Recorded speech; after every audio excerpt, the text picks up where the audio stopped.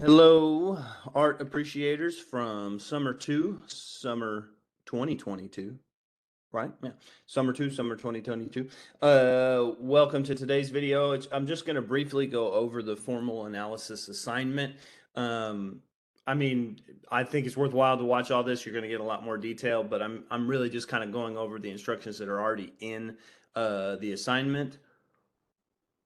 However, that said, I don't mean I do get a lot of questions about the assignment that are actually usually covered in these videos. So if you have a few minutes to watch this real quick, it would be beneficial, I believe. Anyway, just going over the formula analysis. So let me start there. Sorry, it's from starting this WebEx recording. Okay, so here is section 321. It's the exact same for section 320 if you got that. I just wanted to show some love to 321. Use them this time for the recording. So in any case, yes, if you go to assignments, you can see all of our assignments here. I know it's a lot, but we're starting to get into assignments that like take a little bit longer. You have more time to do them. So we just had several small ones right here at the outset. So yeah, but in any case, go to assignments. You'll see the DAIJ, the formal analysis paper, and then the thesis statement for formal analysis. I'll go over the thesis statement in a minute, and it's kind of covered in the formal analysis paper assignment too. So let's go ahead and start there. So click on assignments, then go to formal analysis. Notice that this paper is going to be 15% of your grade. It's already in there. Yeah, so the formal analysis paper, the first line there, check out this video for a discussion over the assignment. That's the video I'm making right now. Yeah, by the time you click on this and are watching the video, it won't say that anymore. But in any case, so this assignment, the formal analysis paper, it's a writing assignment focused on developing/assessing your ability to discuss art in the terms that we have discussed thus far in this class. The stuff that we covered in chapters 1 through 5, the what is art, jobs, themes, elements, and principles. And then some of it, too, you'll be able to kind of use some of the chapters we're going over right now in the first chapters of the painting, drawing, the medium-based chapters that we're doing right now. So in any case, it includes defining art, discussing themes, and breaking down the elements and principles. The most important thing that you're going to need to remember and access, hear me now, is the elements and principles that we covered in chapters 4 and 5. You want to really use those. I will take points off if in your formal analysis there's just no elements and principles. I need that to be there because that's what we learned about. That's the stuff that's new and cool that you're learning in this class that you probably if you haven't been in an art class, you haven't learned that stuff before. But in any case, what you're going to do to write this paper is you're going to choose an artwork from the book or the slides and complete the formal analysis about that work. Okay. Well, we'll talk about what that process looks like, but in terms of selecting your artwork, I do want you to one, be sure that you pick an artwork that is different from the ones that we did as practice. So we did Starry Night in the video. If you watch the video and went through the slides that I give you on the DAIJ process, which is kind of my version of the formal analysis, we did Starry Night. So I don't want you to do that one. And then you should have done the practice over the bathers at Anziers and Aziniers. Don't do either of those two because you already did those as practice, right? That's the idea. So yeah, that process of the DAIJ slides that like I said, the example was Starry Night, and then you practice Anziers. That's kind of the process I want you to use for your formal analysis. But we'll get to that later. Oh, another thing on artworks, I don't really want like Pinterest artworks. I do want them to be canonical, meaning that they're, like something you would see in an art textbook, something you would see in a museum, something that really fits into the broader idea of art. It's not that there's not great work on Pinterest and Instagram and all that stuff, but I want it to be something that fits into the larger art world. If you want to know, like if you need approval or you feel like you're not sure if the artwork you're looking at is something you see in a museum, just send me a message and I'll give you the approval or point you in another direction. But in any case, the outcomes here are 1, 2, and 4, and SLO 3. Basically, I think it's just writing, assessing, and reflecting on like broader art culture, just simple stuff like that. I had to include some outcomes here. So for some of these assignments, I got to put that.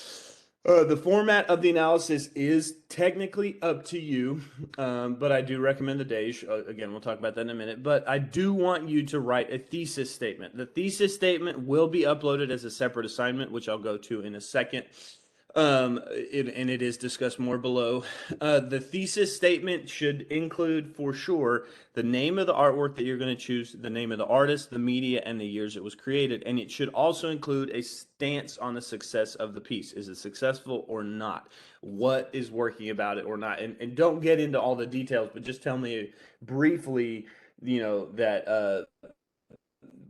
that this is what it worked because of this, or it didn't work because of this, and I'm going to tell you why through the elements and principles, or it did work because of this, and I'm going to tell you why through the elements and principles. So a good example is here about one we already did, Breaking Down the Art Piece Starry Night by Vincent van Gogh, 1889. The piece is made from oil paint placed on canvas. I will use description and analysis of the elements and principles to present and express that this piece could have been more successfully executed to provide an interesting and more likable artwork. Right. It's pretty vague, but basically the most important part of the thesis statement is that I am getting what art piece you're going over. That's what I need, and I need to know that you're started, that you're deciding and researching what you want to do. So in any case, so that thesis statement is due on Friday, this Friday. So you have a few days to do it, and you're going to need to get that uploaded by midnight, and we'll talk about how it fits into the grading in a minute. But in any case, though this statement will be an opinion, you must use the formal analysis to tell me why it is or is not successful. Make sure after you develop your thesis statement and you go to do the formal analysis that you understand. I don't want you to just tell me about how it's amazing and just go through all the things that you think are amazing about it. I need you to tell me why an artwork is amazing, or why you think it could be better. I need a why. I think I probably said it in the practice slides, but I always have a Backstreet Boys like little meme on the back of my wall in my classroom that song, Tell Me Why, whatever. Yeah. It's it's an important part of the process to tell me why. You need to be able to expand on it. So in any case, provide strong, concrete examples of how the terms and concepts we have discussed so far, meaning the elements and principles that you really need to use, led you to understand and determine the success of the art piece. You will need to establish what is present, how it is organized, and what the artist's aim likely was, and then is it successful. Now, I'm telling you, you need to describe it, what is present. You need to analyze it, how it is organized, and you need to interpret it, which is the artist's aim. So that is the DAIJ process. And I already told you have to tell me if it's good or not. So that's judgment. So basically getting to the DAIJ process, if you feel like you can describe what's there, analyze it, and then interpret it and judge it like without using the specific DAIJ process, that's okay. You don't have to use it. I do think it's handy, but if you write in another way, if you're a great writer and you know how to set this up in like really good editorial type style, without specifically lining out as DAIJ, that's okay, as long as you include all of the things that are in a DAIJ. Man, that's getting hard to say over and over. Be sure you include the description, the analysis, the interpretation, and the judgment. Okay, so, and then for those of you, the reason that I do have the DAIJ process is for those of you guys who you're unfamiliar with how to talk about art and that you're learning this process. I think it's great to have this like set up.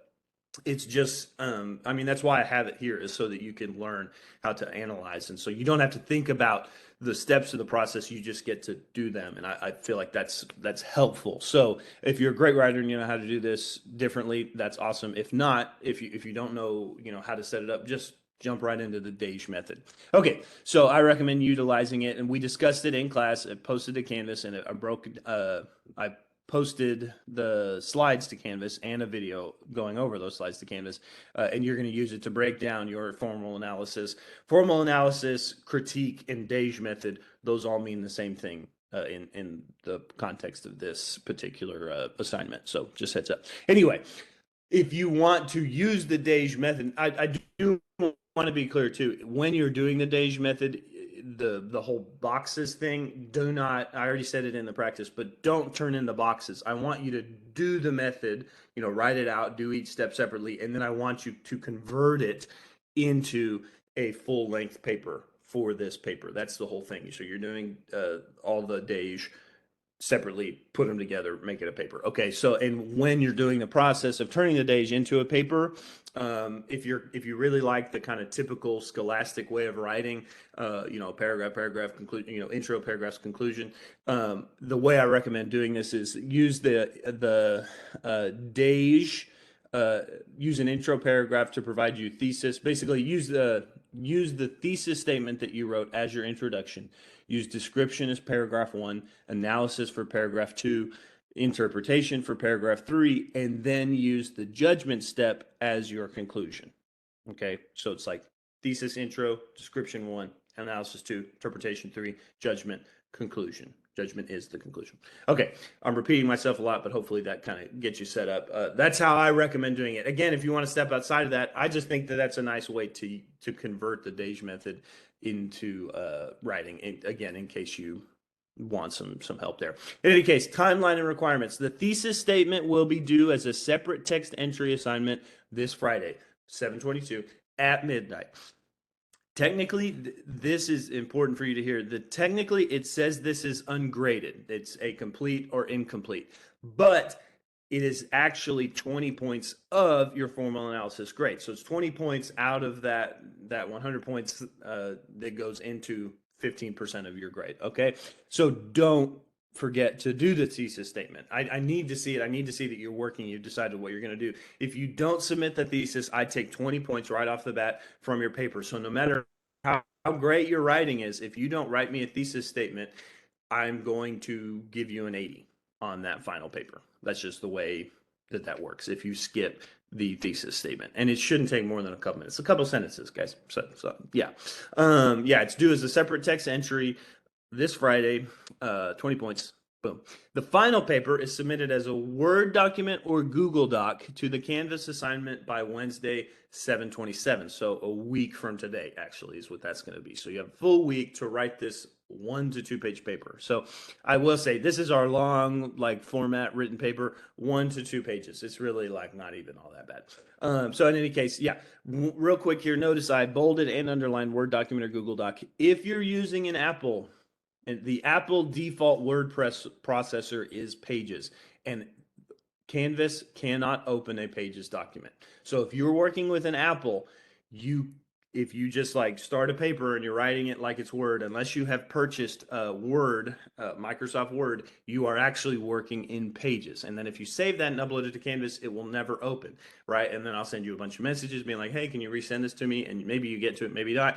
I'll never be able to open it, and it's not out of meanness, guys, but if I can't open it, I can't grade it. So what you need to do if you work with an Apple is just use the export function. You just go to File, Export To, and you can convert it to a Word document or a PDF.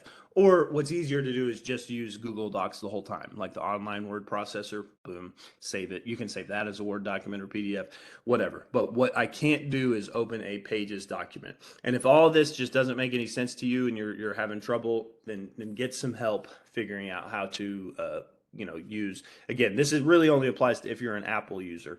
Like this computer I'm recording on right now is an Apple, so I have to do this all the time for this class. But if you have questions about that, let me know or find some help. But in any case, that final Word document, this is not a text entry box because it's a long enough paper. I want you to just write it separate and then upload it.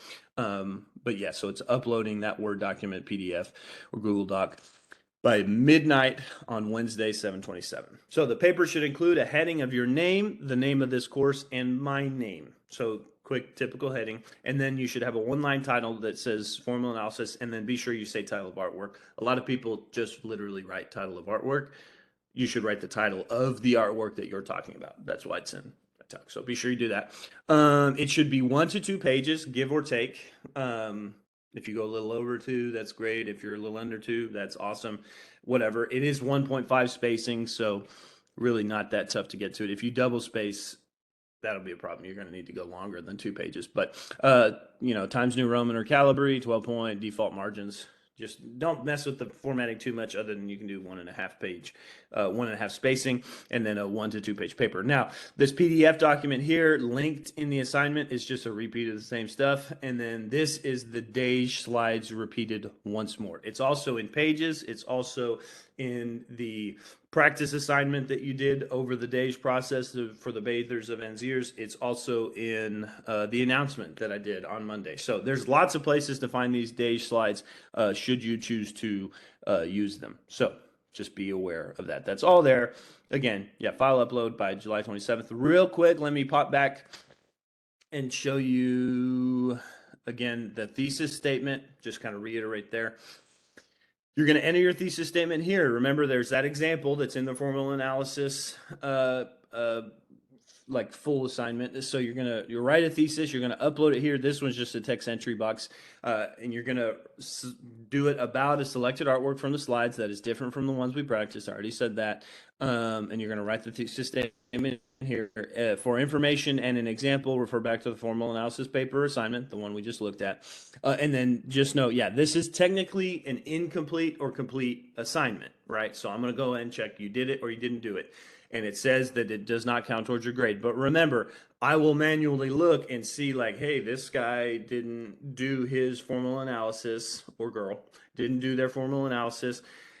So I'm taking 20 points off their grade, right? So it's 20 points of your grade on the formal analysis. That means if you don't turn it in, the highest grade you can get on the paper is an 80. Okay. So yeah, this one's due on Friday. The formal analysis paper is due next Wednesday. So let me know if you have any questions about that. I'm going to go ahead and stop sharing and wrap this up before it gets any longer. Yeah, went a little too long. Hopefully that's helpful. Let me know if you have any questions, and I will talk to you again soon.